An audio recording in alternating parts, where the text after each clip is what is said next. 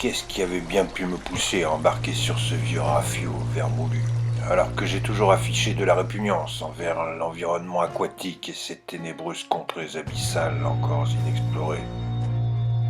Ne pas savoir ce qui se trame sous mes pieds m'angoisse singulièrement. Mais les événements de ces derniers jours s'étaient enchaînés à tel point que mon esprit avait eu grand-peine à les cumuler convenablement. C'est suite à la réception d'un simple courrier dont l'amère liseré noire révélait d'emblée la teneur funeste de son contenu que ma paisible vie prosaïque et routinière de petit libraire parisien venait malencontreusement de se convertir en celle d'un flibustier nauséeux, avide de quelques nouvelles aventures pittoresques. La carte qui se trouvait dans l'enveloppe endeuillée de son sinistre cadre noir m'informait sans ménagement de la disparition soudaine d'un père que je ne côtoyais plus depuis près de 20 ans. Néanmoins, l'affliction qui m'avait alors saisi me révéla que j'avais pourtant gardé intacte l'estime que je portais à cet ancien flic qui, sur le tard, fut contraint de se rabattre sur l'avilissant job de détective privé afin d'agrémenter sa maigre retraite. Au dos de l'enveloppe, sur le tampon d'encre qui faisait office de cachet, j'avais pris soin de relever le numéro de téléphone du notaire que j'étais censé contacter. Et lorsque je parvins enfin à le joindre, c'est sous couvert d'une voix qui se voulait sereine et apaisante, mais dans laquelle je dénotais une certaine impatience, que mon interlocuteur suggéra de nous rencontrer au plus vite à Londres, dans le quartier de Brixton, à l'endroit même où avait œuvré mon père.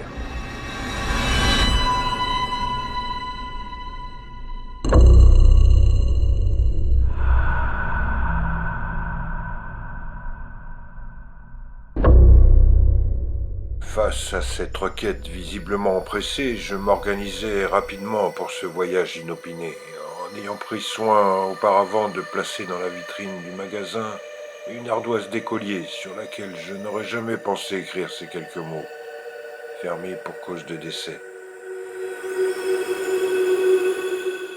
Ensuite, je sautai dans le premier train en partance pour le Havre, afin d'y prendre le ferry qui mène à Portsmouth. En fin de journée, je me retrouvais face au 405 Old Harbour Lane, dans ce quartier malfamé du sud londonien. Un petit immeuble miteux comprimé entre deux autres, façonné de briques rouges et flanqué de 4 fenêtres opaques qui lui conféraient un aspect morne et repoussant. À l'intérieur, en haut d'une volée de marches délabrées, une des portes arborait un nom familier sur sa vitre crasseuse. Edward Pierce, détective privé. N'ayant croisé aucun gardien, ni même un voisin, je tentais néanmoins d'en actionner la poignée, au cas où. La porte n'était pas fermée. C'est empreint d'une certaine appréhension, mêlée de 1000 questions, que je foulais alors le sol poussiéreux de ce petit local, qui fut autrefois le bastion de mon père. L'endroit correspondait à s'y méprendre au stéréotype du repère de limier tel qu'on nous le présente habituellement au cinéma.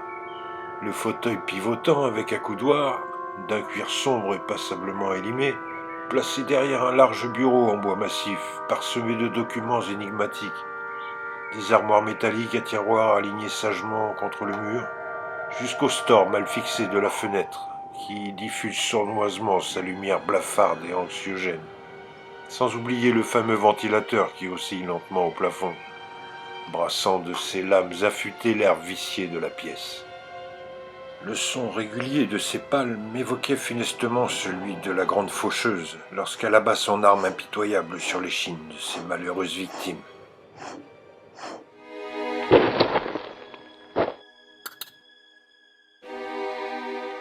Il n'y avait absolument rien entre ces 4 murs qui m'inspirât la moindre réminiscence envers ce père abstrait, hormis peut-être cette ancienne photo de ma mère que je dénichais dans les tiroirs d'une commode auprès d'un vieux Colt 45. Et son inséparable chapeau de feutre qui demeurait bonnement suspendu au porte-manteau de l'entrée.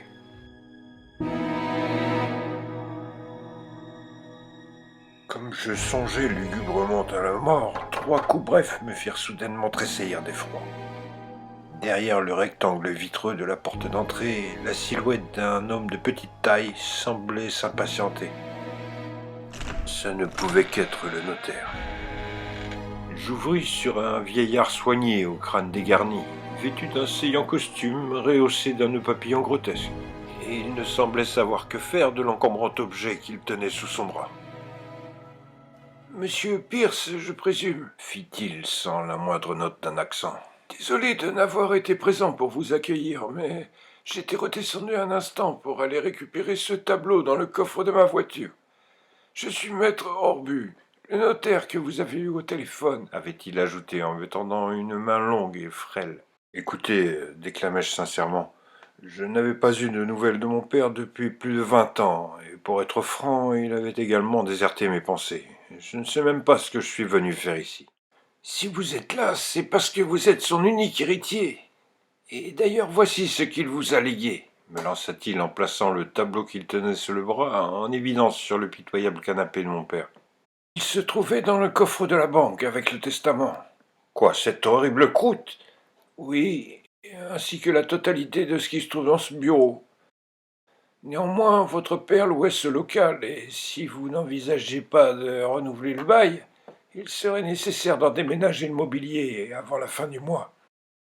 Puis il enchaîna en se dirigeant vers une carte du Royaume-Uni qui était punaisée sur l'incontournable tableau d'investigation propre à tout bon détective, au centre d'une multitude d'autres documents hétéroclites et pour le moins déconcertants. Cependant, il reste certains détails à régler dont je suis supposé vous faire part. En premier lieu, vous devrez contacter M. Fishmong au service funéraire afin de récupérer les cendres de feu votre père. Ensuite, et cela ne dépendra que de votre choix personnel, la dernière de ses volontés aurait été d'être inhumé auprès de ses ancêtres sur l'île de Darkwater en Écosse. Son maigre index venait de se poser sur un point précis de la carte. Je ne savais même pas que nous possédions une concession familiale. À l'ouverture du testament, j'ai dû effectuer quelques recherches généalogiques concernant votre famille. Et contrairement au bail de ce bureau, celui de cette concession a été réglé à vie. Pour s'y rendre, il n'y a que 2 possibilités, par voie terrestre, mais dans ce cas, il vous faudra traverser toute l'Angleterre et la moitié de l'Écosse pour rallier le port de Salscote avec un enchaînement incessant de métro, de taxis et de trains, ou bien par la mer, depuis Southport en faisant une escale par l'île de Man. Le doigt fraîchement manucuré du notaire se déplaçait lentement sur chacun des emplacements qu'il énumérait patiemment. Pour conclure, avant de repartir vers de nouvelles aventures en me laissant en peine avec les miennes, le petit homme au crâne dégarni me tendit le dossier contenant toutes ses recherches et m'informa que, si toutefois je désirais passer la nuit ici, un lit acceptable se trouvait dans la pièce voisine. Après quoi, je me retrouvais plus seul que jamais, à contempler stupidement la toile distendue de cette affreuse peinture exposée sur le canapé. Pourquoi ce tableau avait-il été enfermé dans un coffre? La médiocrité affichée de son exécution sommaire provoquait cependant un irrésistible et incompréhensible attrait, proche de l'hypnose ou de l'envoûtement. J'en eus d'ailleurs la révulsante confirmation à mon réveil, le lendemain matin.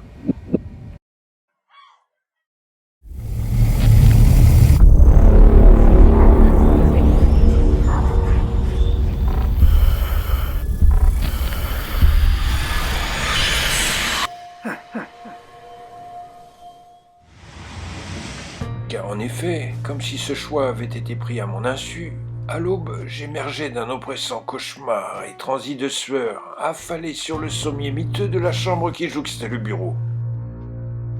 Je me souviens simplement être resté figé sur l'énigmatique signature apposée au bas du tableau. Fishman. Ensuite, ce fut le blackout total. Jamais je n'avais ressenti pareille agonie durant mon sommeil. Quelque chose par-delà le rêve appâtait sournoisement mon esprit. Et c'est sans doute pour cela que je me retrouvais sur ce rafio qui filait droit vers l'Écosse.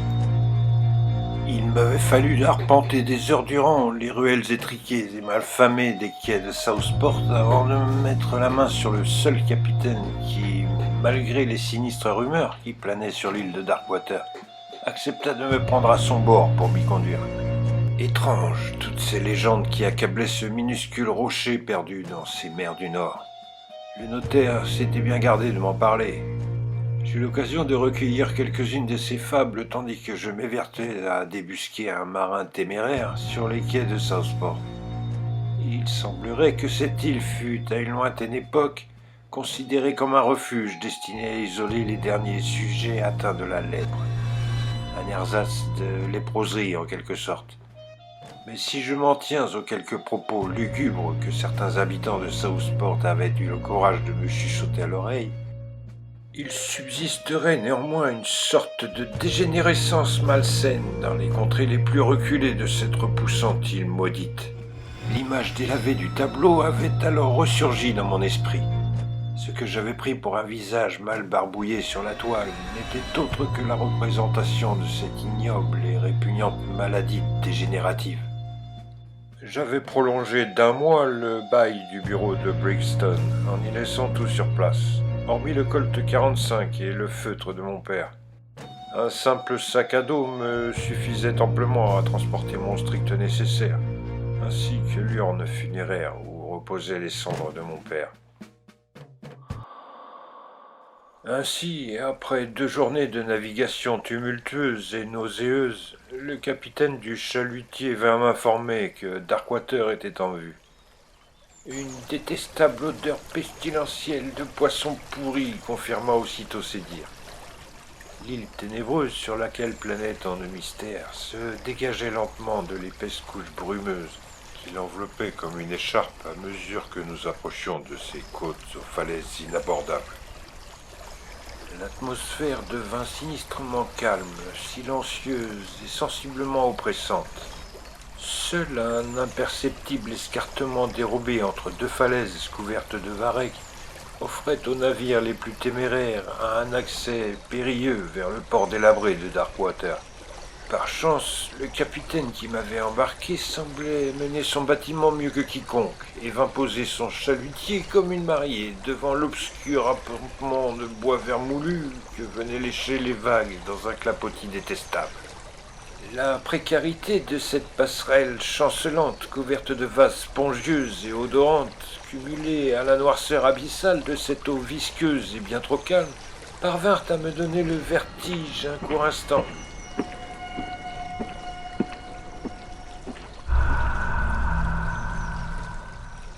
La simple idée qu'un monde totalement inconnu et 3 fois plus vaste que le nôtre s'étendait à l'infini sous nos pieds me ramenait régulièrement vers d'horribles cauchemars indescriptibles.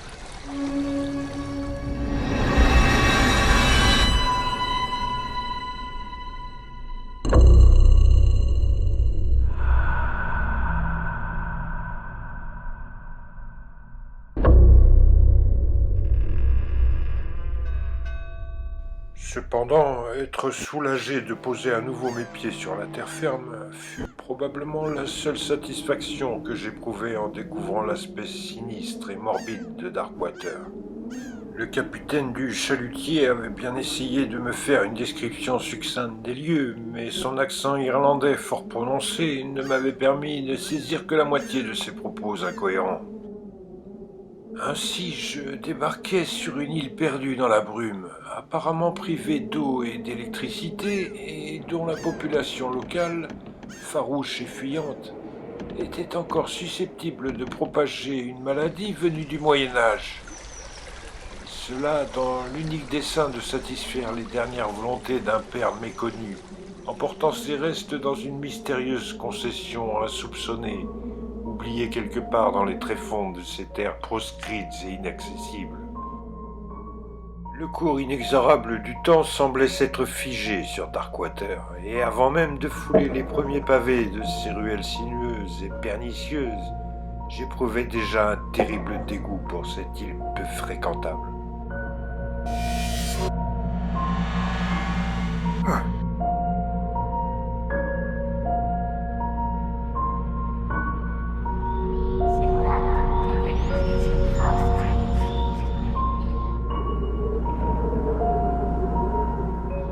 Hormis les quelques rares bâtisses à 2 ou 3 étages qui surplombaient les autres toitures, La plupart des habitations qui s'aggloméraient près du port étaient de simples maisonnettes rudimentaires en bois, pitoyables et grotesques, et dont certaines avaient même été consolidées à l'aide de briques et de brocs.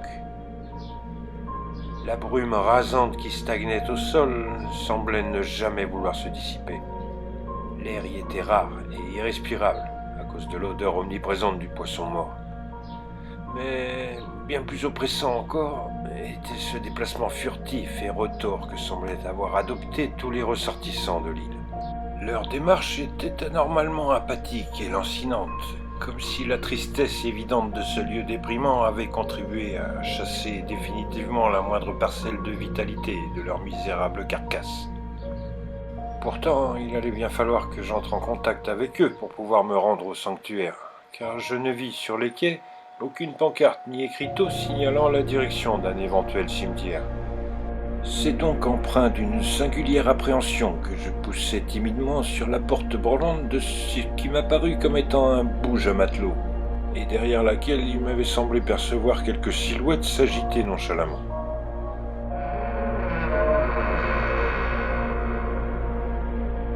La porte poussa un long hennissement qui coupa court aux discrètes conversations qu'entretenaient les quelques dockers retranchés dans les coins les plus sombres de ce pub délabré. De vulgaires filets de pêche encore souillés d'algues desséchées faisaient office de tenture et diffusaient une exécrable odeur de vase dans la pièce. J'avais envie de tourner les talons. Malgré tout, je me résignais à avancer vers le corpulent barman affairé à passer l'éponge sur un comptoir que pas même l'acide n'aurait pu récurer. L'homme releva sur moi une tête hideuse et profondément burinée par autre chose que l'alcool ou l'air salin de la côte. Mais c'est surtout son regard livide et vitreux qui me suggéra de baisser le mien par bienséance lorsque je tentais de le questionner au sujet du cimetière. « Un cimetière ? Il n'y a jamais eu de cimetière à Darkwater » me lança-t-il de sa voix glaireuse et presque inaudible. « Mais que faites-vous de vos morts dans ce cas » questionnai-je alors. Pour toute réponse, il me fit simplement le geste de jeter quelque chose en direction de la mer. « Quoi, vous voulez dire que vous les jetez à l'eau » m'indignai-je discrètement en murmurant cette sordide constatation. « Bah, vous savez, ici on a de vieilles traditions qui remontent aux Vikings. Alors les défunts, on les colle dans une barque, puis on y met le feu. Donc pas de cimetière, pas de pierre tombale et encore moins de concessions, je présume. » « Non, monsieur, il n'y a rien de tout ça sur l'île. » Comme je le voyais reluquer l'étiquette qui marquait mon bagage, il me posa alors une étrange question à son tour. « Pierce, vous êtes un Mac Pierce ? Vous venez enfin récupérer la baraque ?»« Juste Pierce et non Mac Pierce. Mais de quoi parlez-vous au juste ?»« Du manoir perché en haut de la falaise. Il appartient aux Pierce depuis que la lèpre a été éradiquée de cette île. Ça remonte à la fin du XVIIIe siècle, cette histoire. Après la mort de votre arrière-grand-père en 1780, plus personne n'en a voulu de la bicoque, et depuis, pas même le curé n'ose s'en approcher. On raconte qu'un jour, des brigands ont tenté de s'y introduire pour dérober l'argenterie. On ne les a jamais revus sortir de ce foutu gourbi. Certes, l'histoire me semble digne d'intérêt, mais je ne crains d'avoir un quelconque lien de parenté avec ces Mac Pierce. Écoutez, c'est pas bien compliqué. Ils s'appelaient comment, vos tailleuls ? Je n'en avais pas la moindre idée, mais soudain je repensais aux recherches généalogiques du notaire, et le temps de tirer le dossier de mon sac, j'appris qu'effectivement, les Mac Pierce avaient supprimé cette particule vers la fin du XIXe siècle. Pourquoi ? Ce n'était pas précisé dans le dossier. J'étais donc bien un Mac Pierce. Apprendre si subitement que j'étais génétiquement lié à ce havre de dégénérescence me fit fléchir les genoux, et je préférais prendre un siège avant de me retrouver gisant parmi les miasmes du plancher.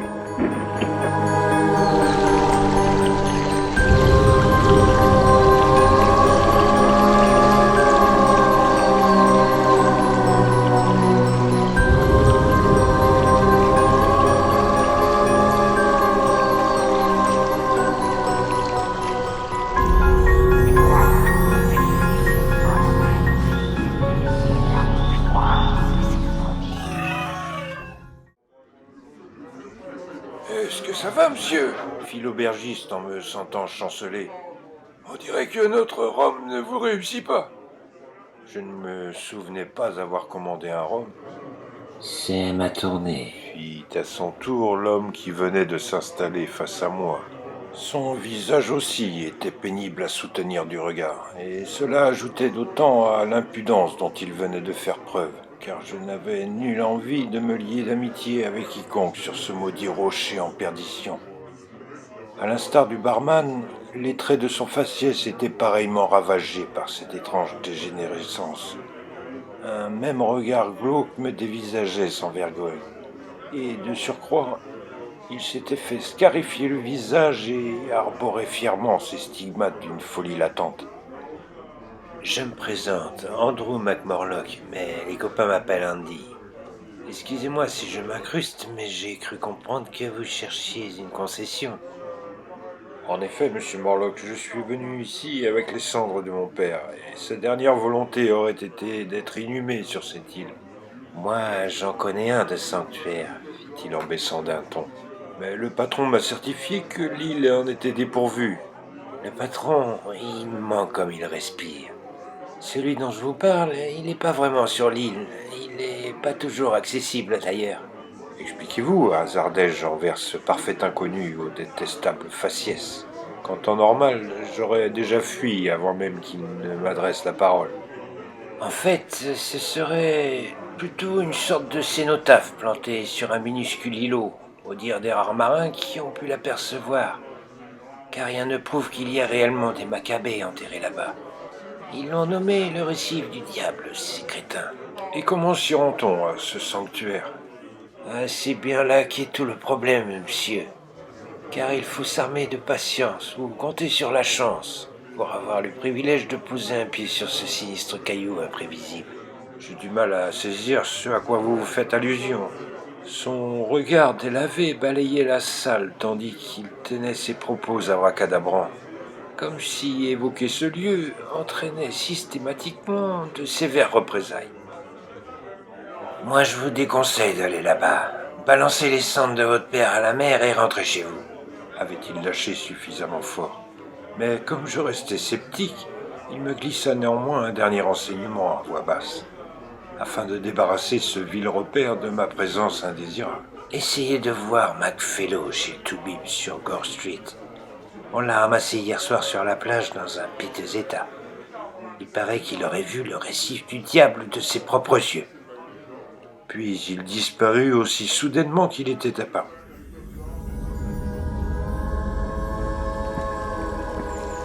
Je ne m'attardai pas davantage dans ce bouge et son odeur âcre à vomir, et profitai plutôt des dernières lueurs du crépuscule naissant pour tenter de trouver l'officine de ce docteur sur Gore Street, afin d'y recueillir les étranges propos de ce McFellow.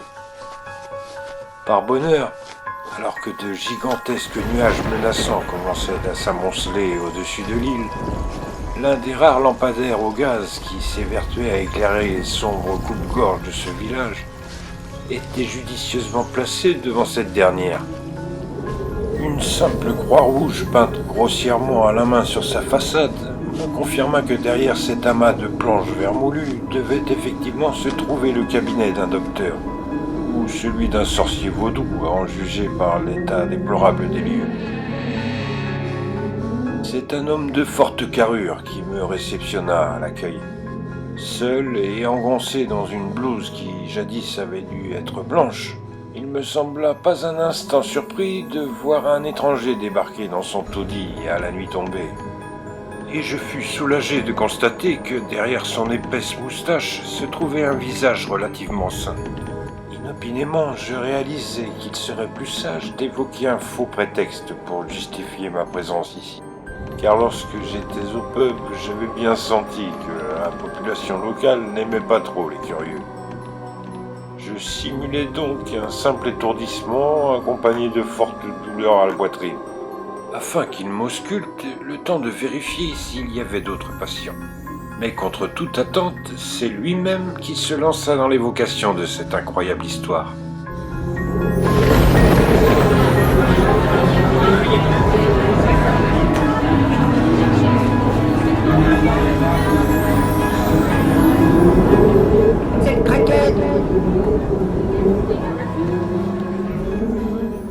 Certainement une légère baisse de tension. Rien de bien méchant, diagnostiqua-t-il en ôtant son stéthoscope.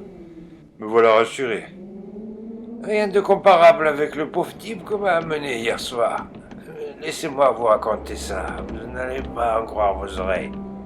La semaine dernière, à savoir pourquoi, un équipage du port a subitement décidé d'étendre sa zone de pêche habituelle. Bien mal leur en a pris, car 2 jours après, alors que la veille ils avaient jeté l'ancre en pleine mer, un gigantesque récif rocailleux se trouvait désormais devant eux. D'après McFellow, le rescapé dont je vous parlais, ce truc n'était pas naturel. La roche était trop sombre et visqueuse de toutes parts. Alors ils ont voulu y accoster pour aller l'explorer. Mais à part cette répugnante gelée verdâtre et excessivement odorante, dont le sol était entièrement recouvert, ils n'y trouvèrent que désolation et dégoût. Cependant, McFellow rapporte qu'une sorte de stèle a été érigée en son centre et c'est au moment de l'approcher qu'il perdit tout son équipage. L'homme n'a plus toute sa tête, je pense. Il a été considérablement éprouvé. Il ne parlait plus que par bribes de phrases décousues, en clamant qu'un diable serait sorti de l'enfer. Bref, cette aventure l'a effroyablement traumatisé.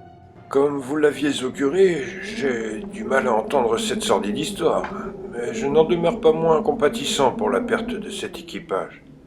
Malgré tout, me laisseriez-vous échanger quelques mots avec ce monsieur Fellow ? Osai-je en toute franchise. Personnellement, je n'y vois aucun inconvénient, il est là-bas derrière, mais vous perdez votre temps. Comme je vous l'ai dit, ce type a sombré dans la démence, il n'est même plus capable de se souvenir de son nom. Je décidai d'en faire moi-même l'expérience et me dirigeai directement vers le fond de ce cabanon insalubre, là où une vieille tenture miteuse pendait minablement devant l'accès à la pièce voisine. En me glissant derrière ce rideau cramoisi, je découvris un homme endormi, recroquevillé en chien de fusil sur le matelas auréolé d'un vieux sommier métallique. Une délicate odeur camphrée se substitua progressivement aux relents omniprésents de poissons pourris qui empestaient résolument cette île. Et j'en profitai pour prendre une longue inspiration vivifiante. C'était donc lui, McFellow, le seul témoin rescapé de ce mythe légendaire. Son sommeil agité devait lui remémorer les faits, car par intermittence, il était pris de courtes convulsions spasmodiques. À le voir remuer de la sorte, on aurait juré qu'il tentait farouchement de repousser un démon invisible. À l'extérieur, une tempête s'annonçait car je sentis un air plus frais s'immiscer entre les planches mal ajustées des cloisons. Malgré ce froid, notre homme était torse nu et transpirait même à grosses gouttes. Un large bandage ensanglanté traversait sa maigre poitrine. « Monsieur McFellow » murmurai-je à l'oreille en évitant de poser ma main sur son épaule. « Retourne en enfer !» hurla-t-il en me sautant énergiquement à la gorge. Mais lorsqu'il émergea totalement de son cauchemar, il desserra lentement son étreinte autour de mon cou et se mit à scruter la pièce avec anxiété et appréhension. « N'ayez crainte, monsieur Fellow, tout va bien. »« C'est sorti de partout. Ça glissait. Ça rampait sur le sol visqueux. » L'homme ne paraissait ni me voir ni m'entendre, et son regard atrocement vide semblait irrémédiablement perdu dans les bribes d'une mémoire morcelée à tout jamais. « De quoi vous souvenez-vous exactement ?» m'empressai-je de le questionner avant que la démence ne l'emporte à nouveau. « C'est sorti de l'eau, du ciel et même des entrailles de la terre, » poursuivit le malheureux. « Ça fendait l'air comme des couperets. Impossible de fuir. Ça vous traque, ça vous piège, et quand ça vous attrape... » Il poussa un long gémissement de désespoir en serrant fort les poings. « Quand ça vous attrape... » Allons, reprenez-vous. Que se passe-t-il alors ? Mais McFellow n'eut pas la force d'en dire davantage et se laissa mollement retomber sur sa paillasse en gémissant à nouveau les mêmes propos incohérents.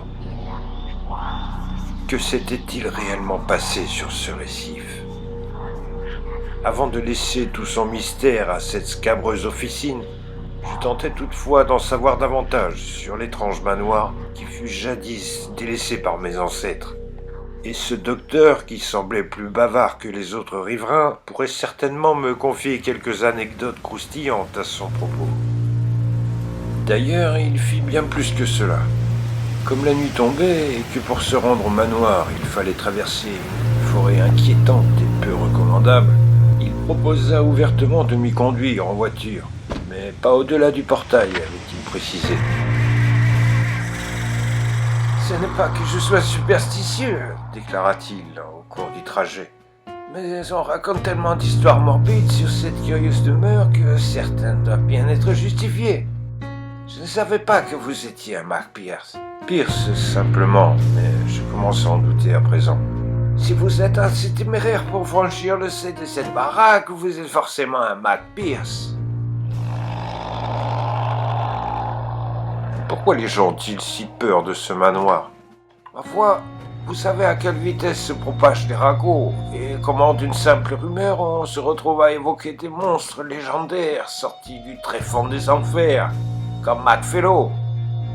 Certains parlent de bruits étranges provenant de soubassements. D'autres auraient aperçu de mystérieuses lueurs aux fenêtres lors de certaines nuits sans lune.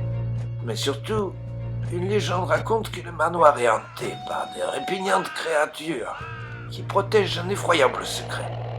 Mais en réalité, personne n'a jamais eu la moindre preuve tangible pour étayer ces élucubrations. Les quais sombres et brumeux du port disparaissaient lentement dans le rétroviseur de l'attraction passablement rouillée du docteur Van Berg, alors que déjà une forêt dense et ténébreuse apparaissait dans le viseur de la vieille Citroën. Je n'aurais probablement jamais osé traverser ces bois à pied, seul et qui plus est de nuit en pleine tempête. L'attraction avant filait sur d'étroits sentiers chaotiques et sinueux qui, pour la plupart, n'avaient certainement jamais vu la lumière du soleil.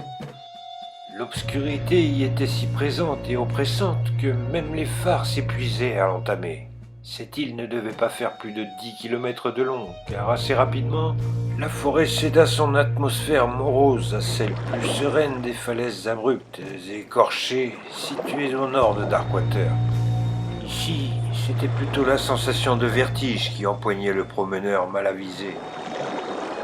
L'extrémité de cette île formait un ultime promontoire au panorama indescriptible, un dernier tremplin vers l'inconnu, et au pied duquel venaient violemment se fracasser leurs ressacs dans un perpétuel brouhaha étourdissant.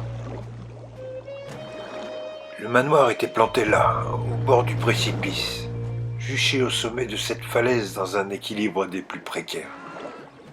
Imposante, lugubre et repoussante, la vieille bâtisse délabrée tenait encore sur ses fondations malgré 100 ans d'inoccupation.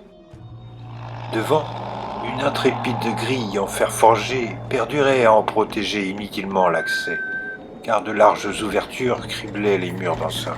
« Vous comptez réellement passer la nuit là-dedans ?» fit Van Berg en laissant délibérément tourner le moteur de son véhicule. « Eh bien, c'est ça ou la belle étoile ?» rétorquai-je en ouvrant ma portière, dont la poignée périmée faillit me rester dans la main. S'il y a un problème, la ville n'est qu'à 8 km au sud, mais je peux revenir demain matin si vous voulez, histoire de prendre de vos nouvelles. C'est bien aimable de votre part, docteur, mais je pense pouvoir m'accommoder de ce refuge de fortune. À votre instar, je ne suis pas superstitieux et ne crois pas aux revenants. C'est sur cette dernière phrase, qui se voulait sécurisante, que la vieille traction fit demi-tour et me laissa déplorablement seul devant la grille sinistre de l'intimidant manoir de mes ancêtres. Dans l'écume des siècles, roulent les âmes et les corps de ceux emportés par la tempête. Lame après lame, la mer lance ses assauts. Neptune et la lune s'enlacent. Subtile étreinte